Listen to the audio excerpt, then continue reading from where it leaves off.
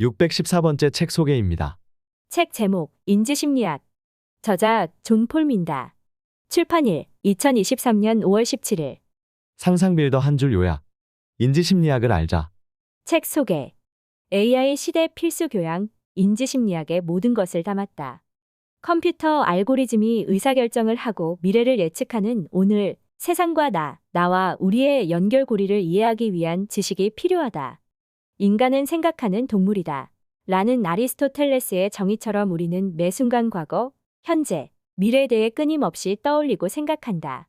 그렇다면 과연 인간을 가장 인간답게 만드는 생각이라는 작용은 과연 어떤 과정을 거쳐 이루어지는 것일까?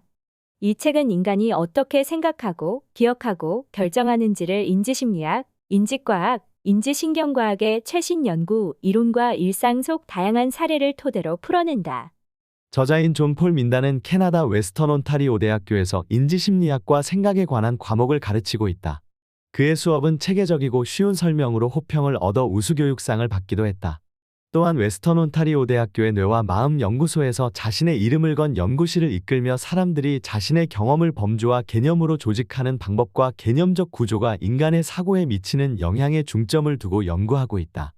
이 책에서 그는 인지심리학의 역사와 뇌에 대한 기본 개념, 뇌 연구가 인지와 어떤 관련이 있는지에 관한 설명을 시작으로 지각, 주의력, 기억, 개념과 범주, 언어와 사고, 추론, 의사 결정 등 심리학의 고전적인 영역까지 총망라해서 다룬다. 특히 이 책은 AI 시대 필수 교양, 인지심리학의 모든 것을 담아냈다는 점에서 꼭 한번 읽어야 할 필요가 있다. 오늘날 우리는 새로운 시대, 새롭고 심오한 패러다임 전환의 초입에 있다. 우리는 컴퓨터와 데이터의 전례 없이 크게 의존하는 삶을 살고 있으며, 이런 현상은 대체로 20세기의 인지심리학이 컴퓨터 과학과 언어학, 신경과학과 만나고 인지과학이라는 용어가 탄생하면서 벌어졌다. 21세기의 행동을 이해하려는 컴퓨터 기반의 여러 접근법인 인공지능, 기계학습, 심층학습, 딥러닝 등이 현재 전면적으로 실현되고 있으며, 매일 컴퓨터 알고리즘들이 문제를 풀고 의사결정을 내리고 즉 우리의 미래에 관한 정확한 예측을 하고 있다. 아주 일상적인 부분에서조차 마찬가지다.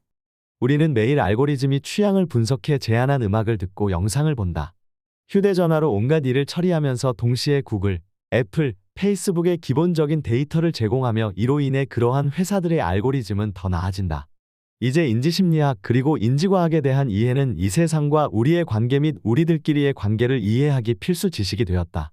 인간의 마음을 과학적으로 측정하고자 하는 열망에서 시작된 학문이 인간의 가장 가까운 기계를 탐구하기까지, 인지심리학의 역사적, 철학적, 과학적 발전 과정을 한 권에 집약한 이 책을 통해 인간의 사고 시스템을 이해하고 우리 삶의 선택 그리고 나아가 미래를 살아가기 위한 필수 지식을 얻어보자.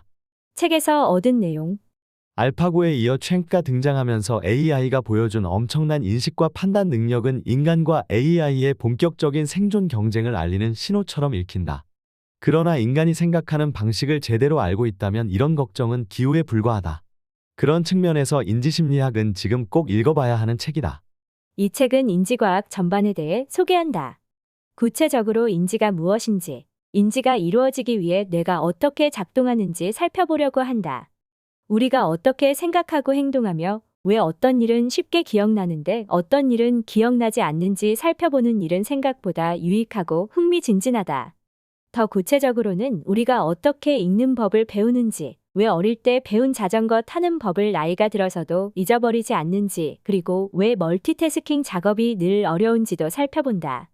또한 빠르게 좋은 결정을 내리게 해주는 우리 뇌의 전반적인 과정들이 어떻게 실수도 저지르게 하는지 살핀다. 즉, 마음이 어떻게 작동하는지에 관한 전문가들의 통찰을 전한다. 기술회사 CEO들과 정치인들이 AI의 위험을 걱정하곤 하는데, 내가 보기에는 다음과 같은 생각이 그들의 두려움의 중심에 놓여 있다. 즉, 뇌가 우리의 행동을 자신의 마음과 몸에 복종하게끔 변화시키듯이 우리가 점점 더 의사결정을 맡기는 알고리즘이 우리의 행동을 변화시켜 결국 우리가 알고리즘에 종속될 거라는 생각이다. 이 생각은 많은 이에게 불안감을 일으키지만 멈출 순 없어 보인다. 뿌리가 깊고 피할 수 없는 두려움이긴 하지만 다른 모든 새로운 시대 내지 패러다임 전환과 마찬가지로 과학적이고 휴머니즘적인 방향에서 이를 접근하고 이해해 나가야 한다.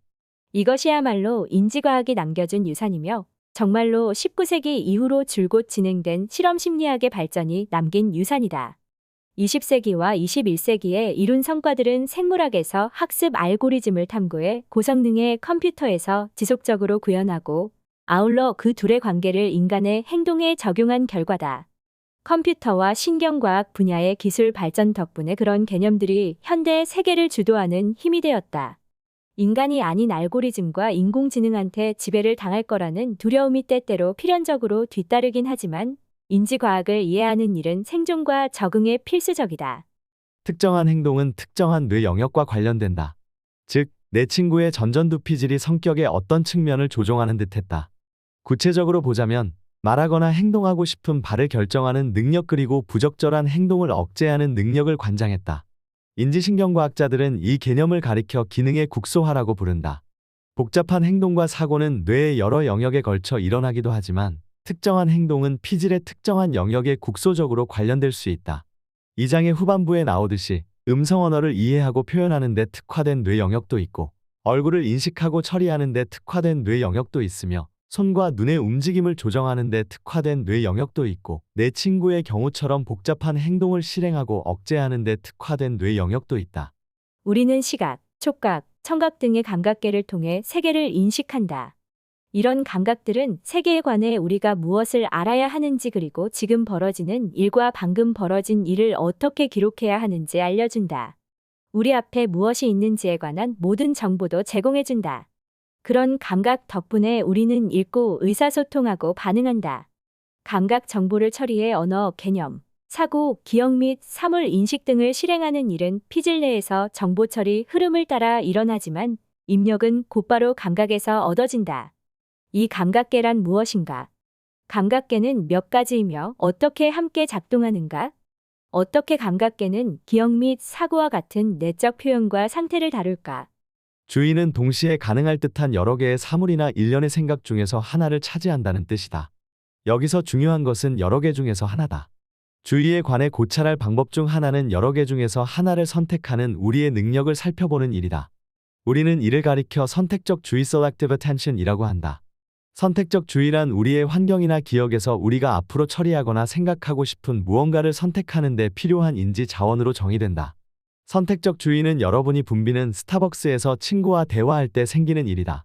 다른 많은 장면과 소리가 있기에 여러분은 그런 것들, 다른 사람들의 대화 내용, 다른 소리들, 음료 주문자들의 이름을 부르는 소리를 대체로 무시해야 하지만 대화하고 있는 상대에게 선택적으로 주의를 기울일 수 있다. 선택적 주의는 또한 여러분이 이 책을 읽을 때도 생긴다. 여러분이 읽는 내용에 더 주의를 기울여야 하고 주변에서 벌어지는 다른 일에는 주의를 덜 기울여야 한다면 말이다. 여러분은 처리할 필요가 있는 자극을 선택하며 목적을 달성하는 데 필요한 대상을 선택한다. 우리가 정보를 처리하는 방식, 그리고 그 과정에서 정보를 잃는다는 사실에는 장점도 있다. 재구성된 세계에서 삶으로써 우리는 유익한 교환 트레이드오프를 제공받는다. 가령 어떤 시각적 장면을 볼 때 기존의 지식을 이용해 그 장면의 세부 사항을 채울 수 있다. 기존 지식을 떠올려서 사용할 때 기본적으로 우리는 예측과 의사결정에 가장 쓸모있을 정보만을 지각하고 새로 처리한다. 우리가 지각하는 내용과 기존의 기억 사이의 관련성을 강화해 둘 사이의 연결을 굳건하게 만든다. 그러면 정보의 일부를 받아들이지 못해서 어떤 것을 알아차리는데 실패한다는 뜻일까? 물론 그렇긴 하지만 그런 일시적 실패는 우리가 진화시킨 효율성의 대가다. 일반적으로 우리는 보게 되리라고 예상했던 세부 사항의 일부를 놓치기와 새롭고 참신하고 가치 있을지 모르는 것들을 처리하고 주의를 기울이기 사이의 교환을 진화시켰고 이에 적응해왔다. 기억은 열쇠나 휴대전화, 단어 목록을 어디에 두었는지 떠올리기보다 더 많은 일에 사용된다. 단기 기억은 무언가에 대해 생각하고 개념을 고찰하며 언어를 이해하도록 해주는 작업 기억의 일종이다. 작업 기억은 세계에 대한 안정적인 표상을 만드는 데 도움이 된다. 물론 우리는 우리가 보고 있는 것을 어느 정도 알아야지 안정적인 표상을 만들어낼 수 있다. 또한 기억이나 개념 속에 어떤 표상을 갖고 있어야지만 보고 듣는 것을 알 수 있다. 작업 기억은 진행 중인 사고를 위한 시스템일지 모르나 우리가 아는 것과 감각하고 지각하는 것을 합칠 수 있는 능력에 의존한다. 하지만 우리는 어떻게 실제로 무언가를 알까? 어떻게 이미 일어난 일의 기록인 표상을 마음속에서 그리고 뇌 속에서 만들어낼까? 어떻게 다시 지각할 수 있도록 지각 경험을 저장할까? 우리는 경험한 모든 것을 범주와 개념으로 구성해낸다. 모든 것은 범주화 될 수 있다. 우리는 개념을 통해서 이 범주들을 표현한다. 개념이 없다면 모든 경험은 저마다 고유할 것이다. 개념이 없다면 우리는 무언가를 알아차릴 수 없을 것이다. 개념은 우리가 경험의 기록을 구성해내는 방식이다. 이런 예를 들어보자. 여러분이 잡화점이나 식료품점에 간다면 들어가기도 전에 제품 구성이 어떻게 되어 있을지 예측할 수 있다. 사고하기 즉 문제 해결하기, 결론 내리기 및 결정하기는 잘 구성된 정신적 표상을 이용해 진행된다. 이러한 정신적 표상, 즉 개념 덕분에 우리는 예측하고 빠진 특징을 추정하고 결론을 내린다.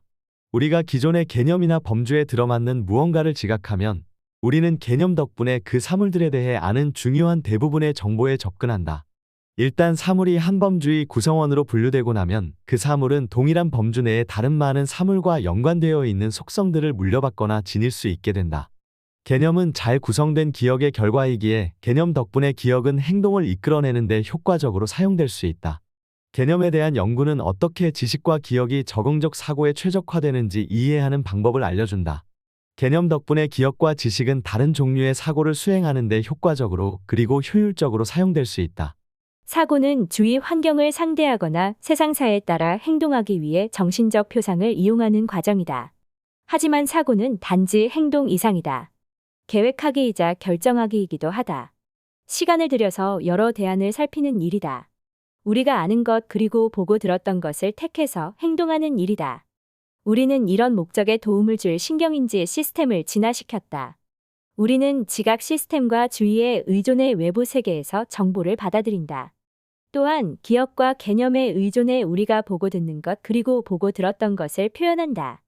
하지만 우리는 기억 속에 있는 내용을 평가할 필요가 있다. 지각과 기억의 내용물을 조사하고 조작할 필요가 있다. 이를 위해 언어 체계를 진화시켰다. 여러분은 기분이 생각에 영향을 미치는가? 상황과 맥락이 사고하고 결정하는 능력에 영향을 미치는가? 내 경우에는 그렇다. 아마 여러분도 그렇다고 여길 것이다. 가끔씩 뭐든 잘 되고 일이 술술 풀리고 흐름을 타고 가는 느낌이 들 때가 있을 것이다. 이런 기분은 주로 정신적으로 상쾌한 일은 아침이나 정말 좋아하는 일을 하고 있을 때 든다. 어쩌면 바로 지금 이 책을 읽으면서 드는 느낌일 수도 있다. 이 모든 경우에 여러분은 일하는데 피곤이 덜한 느낌이고 문제도 더 쉽게 풀리는 듯하다. 하지만 도무지 집중이 안 되는 느낌이 들 때도 있다. 또는 마음속으로 뭔가 제대로 안 된다고 느껴질 때가 있다. 여러분이 피곤하거나 이런저런 소식에 대해 생각하고 있거나 아니면 스마트폰 때문에 마음이 딴 데 가 있을 때 아마도 그럴 것이다. 정보가 외부 세계에서 여러분의 감각기관과 운동기관 속으로 흘러들지만 그런 정보는 여러분의 기억 내용과 합쳐질 때에만 여러분에게 의미를 갖는다. 여러분은 이미 개념을 갖고 있는 것만 지각한다. 이 시스템이 훌륭한 까닭은 대체로 연산적이기 때문이다. 내가 논의했던 많은 과정이 뉴런들에 연결된 네트워크에 의해 수행된다. 중략 우리는 이 시스템과 똑같은 많은 과정을 똑같은 방식으로 수행하는 컴퓨터 제작을 상상해 볼 수 있다. 진화를 통해 우리에게 목표를 달성하도록 해준다는 점에서도 훌륭하다. 그리고 많은 기본적 권리가 다른 종에게서도 보인다. 쥐는 우리와 동일한 기본적인 방식으로 연상학습을 한다. 새도 우리와 동일한 기본적인 방식으로 먹이를 저장해 둔 곳을 기억한다. 훌륭한 시스템이다. 하지만 그것은 주로 정보 처리일 뿐이다. 내 아이들은 어렸을 때 가끔씩 중요한 것을 잃어버리거나 외투나 책 또는 전화기 같은 것을 엉뚱한 곳에 놓아두곤 했다. 학교에서 돌아와서는 외투를 못 찾겠어요 라고 말하곤 했다. 나는 투덜대며 이렇게 말했다. 마지막으로 보았을 때 어디에 있었니? 이어서 우리는 과정을 되짚으며 외투가 마지막으로 보았을 때 어디에 있었는지 기억하려고 애썼다. 나는 이렇게 말했을 것이다. 가방 속에 없다면 분명 학교에 있을걸. 표준적인 부모의 대화법이긴 하지만 이 말은 본질적으로 내가 그 상황을 연역적 논리의 시각에서 접근한다는 뜻이다. 저자 소개. 저자 존 폴 민다, 심리학자. 캐나다 웨스턴 온타리오 대학교 심리학과 교수. 인지심리학과 생각에 관한 과목을 가르치고 있다. 체계적이고 쉽게 이해할 수 있는 수업으로 호평을 얻어 우수교육상을 수상했다. 뇌와 마음 연구소에서 자신의 이름을 건 연구실을 이끌며 사람들이 자신의 경험을 범주와 개념으로 조직하는 방법과 개념적 구조가 인간의 사고에 미치는 영향에 중점을 두고 연구하고 있다. 30년 넘게 마음과 뇌를 연구해온 저자는 이 책을 통해서 심리학에서 뻗어나간 학문이 AI 시대에 가장 주목받는 학문이 되기까지 인지심리학의 발전 과정을 집대성한다. 먼저 구체적으로 인지가 무엇인지 살펴보고 외부의 정보가 어떻게 입력되고 어떤 생각과 반응을 이끌어내는지 우리 뇌와 마음의 작동 방식을 전문가들의 다양한 연구 결과와 통찰을 인용해 심층적으로 살펴본다. 나아가 우리가 어떻게 생각하고 행동하며 왜 어떤 일은 쉽게 기억나는데 어떤 일은 기억나지 않는지 유익하고 흥미롭게 전달한다. 저서로는 사고의 심리학, The Psychology of Thinking이 있다. 지금까지 상상빌더였습니다. 감사합니다.